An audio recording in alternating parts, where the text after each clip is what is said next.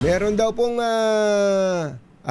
ito yung bentahan ng 20 bigas sa Malate na makupad nung nakaraan. Ngayon daw po mabilis na.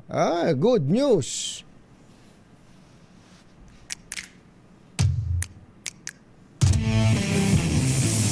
Alamin natin ang balita mula kay RH19 na Nolasco.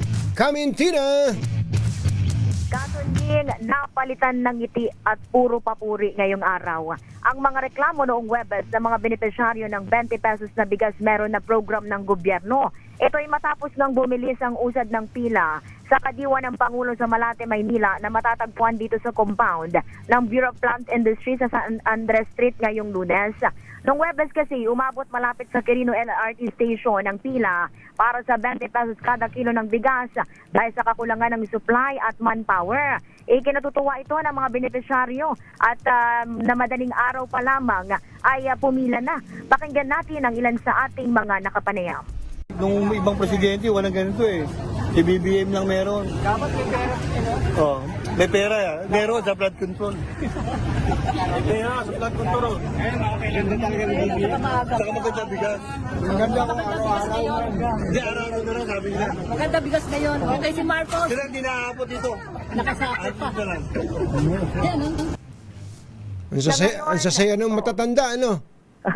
Oo, masaya talaga sila. Katunying halos lahat ng ating nakapanayam puro nakangiti. Kumpara nung Webes, talagang puro Ilang kilo yung nabibili dyan ng mga senior?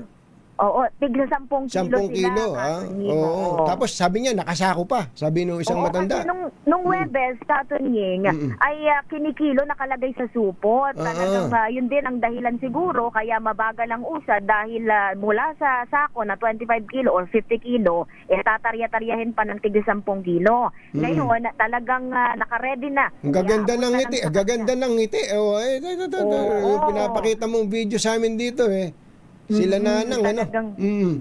Puro papuri nga Sa ngayon, target daw mabigyan ay 140 na individual. At hanggang alas 2 ang cut-off. Pero ayon sa mga kawani ng DA na ating nakapanayam, sakaling may mga pumila pa, dadagdagan nila ang supply at mag-extend hanggang alas 3 ng hapon.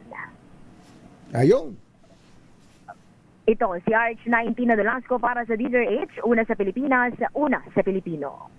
Pangunahing